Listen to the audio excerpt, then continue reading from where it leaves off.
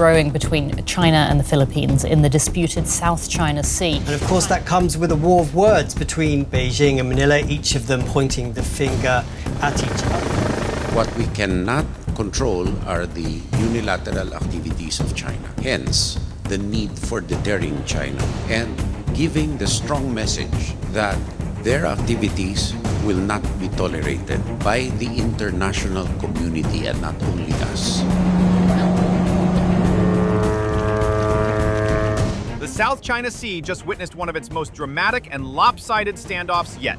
In what's now called the 22 Chinese ships versus alone a wolf incident, a lone Philippine Navy vessel was surrounded and harassed by 22 Chinese ships near Scarborough Shoal, an area deep inside the Philippines' exclusive economic zone, EEZ.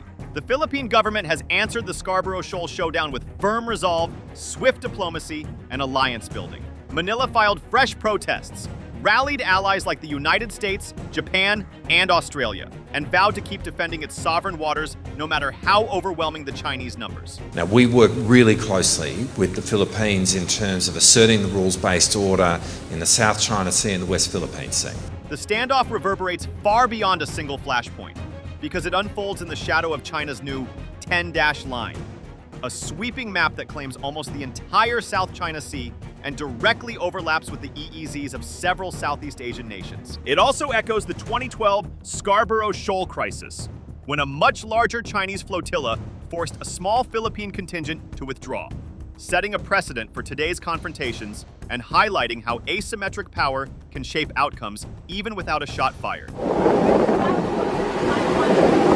The dispute now carries immediate human and economic costs, threatening Filipino fishermen's livelihoods and exposing the country to wider risks, like a potential 2.5% GDP loss if conflict disrupts vital shipping lanes. Ultimately, these incidents are a stark reminder of how volatile and high stakes the South China Sea has become, pitting international law against raw power in one of the world's most strategically important waterways.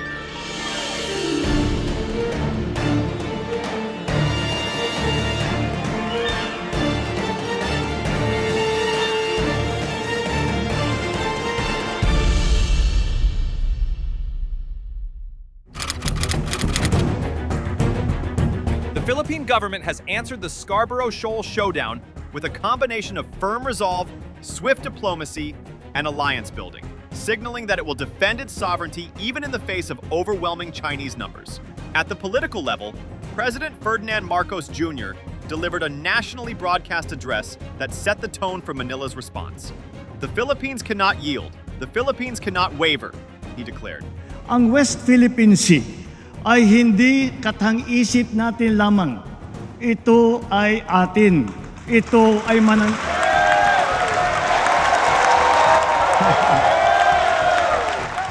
At ito ay mananatiling atin hanggat nag-aalab ang diwa ng ating minamahal na bansang Pilipinas. Describing Chinese actions as direct challenges to the country's sovereignty and food security. This speech was more than symbolism. It was a clear red line, affirming that Philippine naval and Coast Guard patrols will continue inside its exclusive economic zone, EEZ, regardless of Chinese intimidation. Backing these words with action, the Department of Foreign Affairs, DFA, immediately filed new diplomatic protests over the 22-ship harassment and related incidents. These join nearly 200 formal complaints lodged since mid-2022, ranging from harassment of Filipino fishermen to dangerous ramming and water cannon attacks. Each protest is meticulously documented and publicly released, both to affirm the 2016 Hague arbitral ruling and to rally global support. Manila's careful record-keeping is intended to build an international legal case and ensure that Beijing's actions are preserved in the diplomatic record. The government also intensified international outreach. Within hours of the latest confrontation, the Philippines engaged partners such as the United States, Japan, and Australia, framing the incident as a test of the global rules-based order. Their responses were swift and pointed. U.S. Secretary of State Marco Rubio condemned China's behavior as yet another coercive move to advance sweeping territorial and maritime claims. Thank you. While Japanese and Australian officials expressed deep concern and support for Philippine sovereignty. These statements amplify diplomatic pressure on Beijing and signal to the Filipino public that they are not standing alone in defending their waters. On the operational front, the Philippine Coast Guard, PCG, and Navy stepped up joint patrols and military coordination with allies. PCG ships have increased shadowing missions and escorts for Filipino fishermen, ensuring continued access to traditional fishing grounds. Meanwhile, joint naval and air exercises with US, Japanese, and Australian forces are becoming larger and more frequent, improving interoperability and demonstrating that any armed attack could draw an allied response. Public sentiment inside the Philippines has also hardened. Fishermen's associations, civic groups, and many lawmakers are demanding more assertive measures, including arming additional Coast Guard vessels and formalizing a rapid response protocol for Chinese incursions. This groundswell of public support gives the government greater political space to invest in new patrol vessels, radar systems, and stronger defense ties. Through strong public messaging, persistent legal protests, and deepening security cooperation, the Philippines is proving that strength and strategy can go hand in hand. By uniting domestic resolve with international solidarity, Manila is countering Chinese coercion, while making clear that its EEZ and sovereign rights are not negotiable, and that future provocations will meet a coordinated, well-prepared response. The Scarborough Shoal standoff is more than a dramatic episode at sea. It is a litmus test for the future of maritime order in the Indo-Pacific and beyond. Its importance lies not only in the number of ships involved, but also in the larger strategic map that China is redrawing. At the heart of the dispute is China's new 10-dash line, unveiled in 2023, which added an extra dash east of Taiwan to its already controversial 9-dash map. This subtle cartographic change dramatically broadens Beijing's maritime claims, effectively encompassing nearly the entire South China Sea. The claimed area overlaps the exclusive economic zones, EEZs, of multiple nations, including the Philippines, Vietnam, Malaysia, and Brunei. Far from being a simple map update, the 10-dash line has become a political and operational blueprint for Chinese Coast Guard, Navy, and maritime militia to justify more frequent and bolder incursions.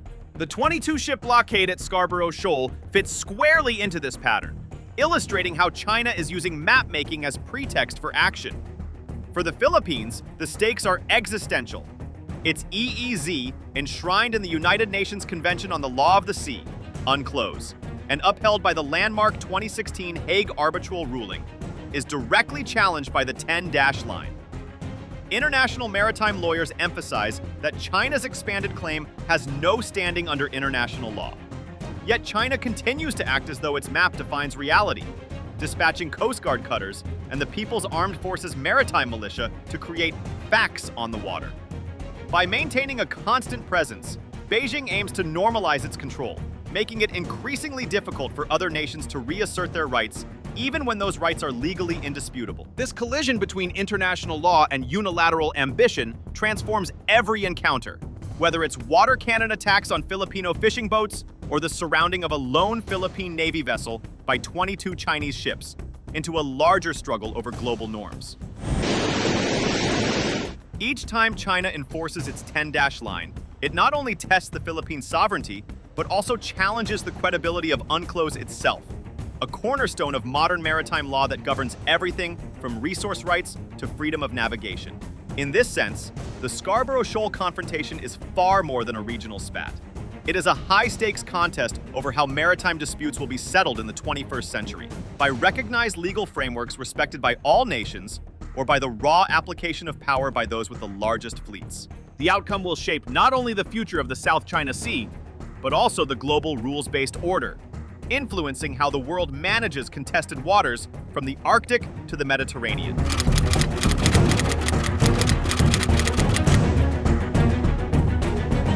The 2012 Scarborough Shoal standoff stands as a defining moment in the modern South China Sea dispute, and a classic case of asymmetric maritime conflict.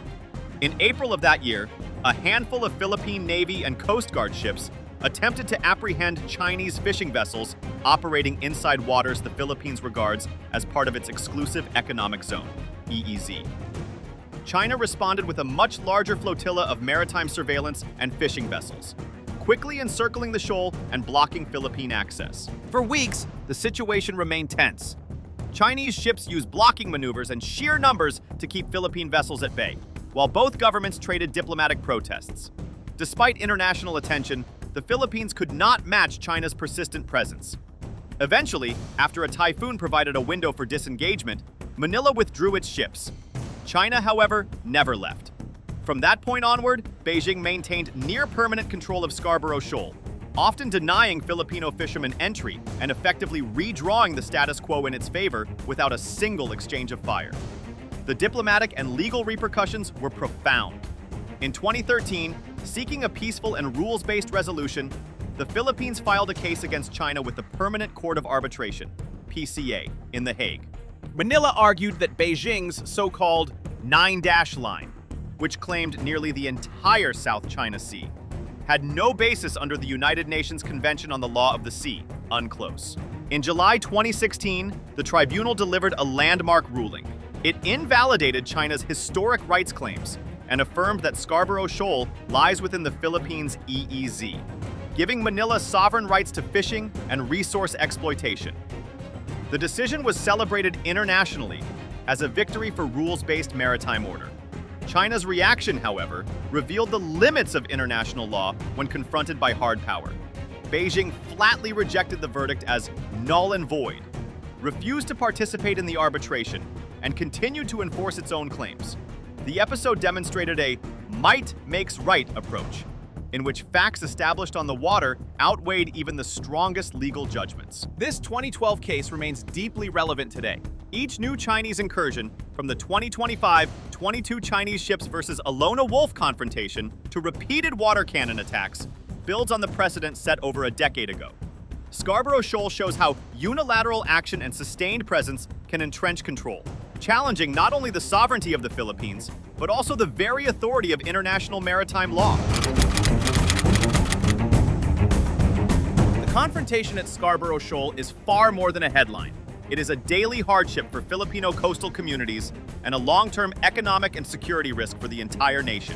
For the tens of thousands of Filipino fishermen who depend on these waters, every Chinese blockade, shadowing maneuver, or high-pressure water cannon blast means lost income, smaller catches, and higher costs just to reach traditional fishing grounds.